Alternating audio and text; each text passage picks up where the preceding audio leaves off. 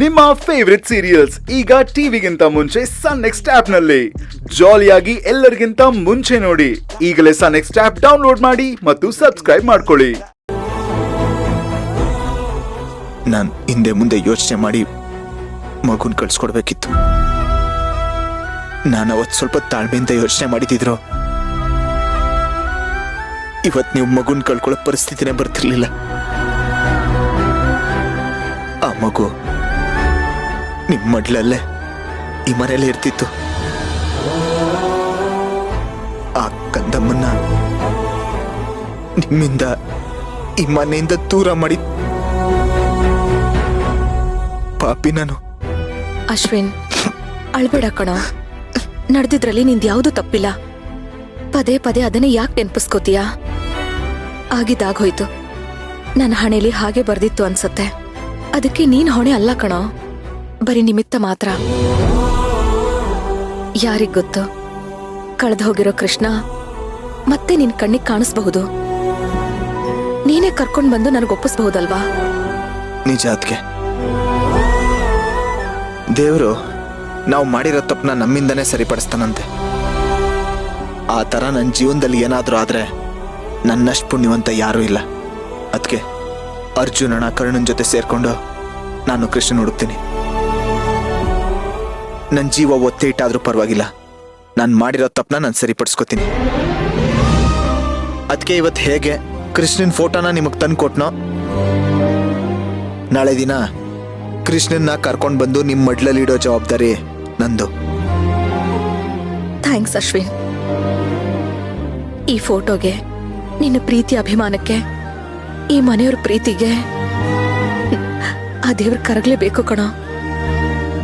ಕೃಷ್ಣನ್ ನಾವು ನನಗ್ ಕೊಟ್ಟೇ ಕೊಡ್ತಾನೆ.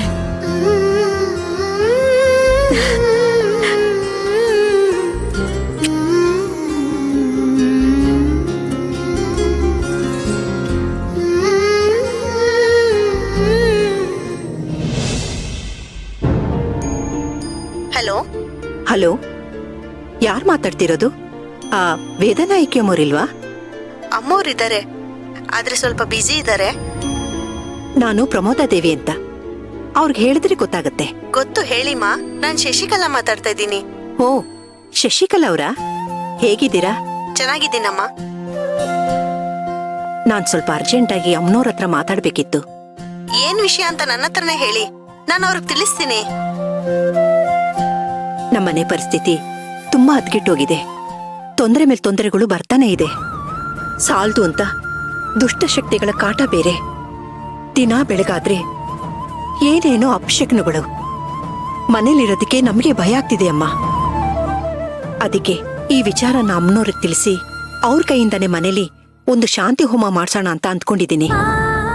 ಗೃಹ ಶಾಂತಿ ಹೋಮ ತಾನೆ? ಅಗತ್ಯವಾಗಿ ತಿಳಿಸ್ತೀನಿ, ಚಿಂತೆ ಮಾಡ್ಬೇಡಿ.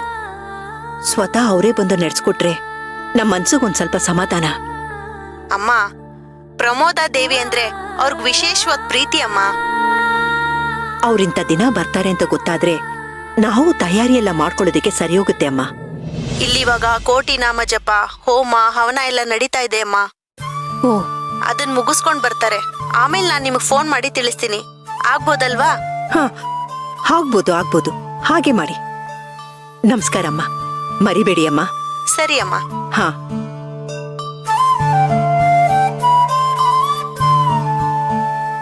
ಭಗವಂತ, ಈ ಸಮಸ್ಯೆಗಳಿಗೆಲ್ಲ ಮುಕ್ತಿ ಕೊಟ್ಟು ಈ ಮನೇಲಿ ಎಲ್ರೂ ನೆಮ್ಮದಿಯಾಗಿರೋಗ್ ಮಾಡಪ್ಪ. Sir sir sir sir sir ಇಲ್ಲಿ ನೋಡಿ.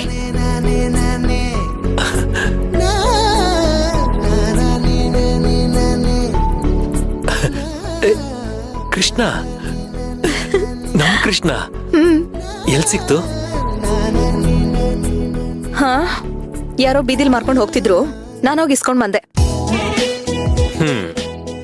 ಕೇಳಿದ್ರೆ ಹೀಗಂತ್ಯ, ಕೇಳಿಲ್ಲ ಅಂದ್ರೆ ಯಾಕೆ ಕೇಳಿಲ್ಲ ಅಂತ ಆಕ್ಷೇಪಣೆನೂ ಮಾಡ್ತೀಯ. ಮತ್ತೆ ಪ್ರಶ್ನೆ ಕೇಳ್ಬೇಕಾದ್ರೆ ಸ್ವಲ್ಪ ಸೆನ್ಸಿಬಲ್ ಆಗಿ ಕೇಳ್ಬೇಕು. ಎಲ್ ಸಿಕ್ತು ಅಂತ ಕೇಳಿದ್ರೆ ಸಿಗೋ ಉತ್ತರ ಹೀಗೆ ಇರುತ್ತೆ. ಅದ್ ಬಿಟ್ಬಿಟ್ಟು ಫೋಟೋ ಚೆನ್ನಾಗಿದೆ, ನಮ್ ಕೃಷ್ಣನೇ ಎದ್ದು ಬಂದು ಎದುರುಗಡೆ ಕೂತಿರೋ ಹಾಗಿದೆ, ನೋಡಿದ್ರೆ ಹಾಗೆ ಮುದ್ದಾಡೋಣ ಅನ್ಸುತ್ತೆ, ಫ್ರೇಮ್ ಅಲ್ಲಿ ಹಾಕಿಸ್ದೆ, ಫೋಟೋ ಯಾರು ಕೊಟ್ರು, ಈ ಥರ ಆಯ್ತು ಪ್ರಶ್ನೆ ಆಯ್ತು ಆಯ್ತು ತಪ್ಪಾಯ್ತು. ನೀನ್ ಕೇಳಿದ ಅಷ್ಟೂ ಪ್ರಶ್ನೆಗಳನ್ನ ನಾನಿವಾಗ ಕೇಳ್ತಿದ್ದೀನಿ ಅಂತ ಅನ್ಕೊಂಡು ದಯವಿಟ್ಟು ಉತ್ತರ ಕೊಡು. ಏನು? ನೀವು ಪ್ರಶ್ನೆಗಳನ್ನ ಕೇಳಿದೀರಾ ಅಂತ ಅನ್ಕೋಬೇಕಾ? ಹಾಗಾದ್ರೆ ಕೇಳಲ್ವಾ ನೀವು? ಹ? ಕೇಳಲ್ವಾ ನೀವು? ಆಯ್ತಾಯ್ತಾಯ್ತಾಯ್ತು, ಕೇಳ್ತೀನಿ ಕೇಳ್ತೀನಿ ಕೇಳ್ತೀನಿ. ಅಯ್ಯೋ ದಯವಿಟ್ಟು ಕಿವಿ ಬಿಡು. ಇನ್ನು ನಿನ್ನಿಂದ ಏನೇನು ಮಾತುಗಳು ಕಿವಿ ಕೇಳಿಸ್ಕೋಬೇಕು.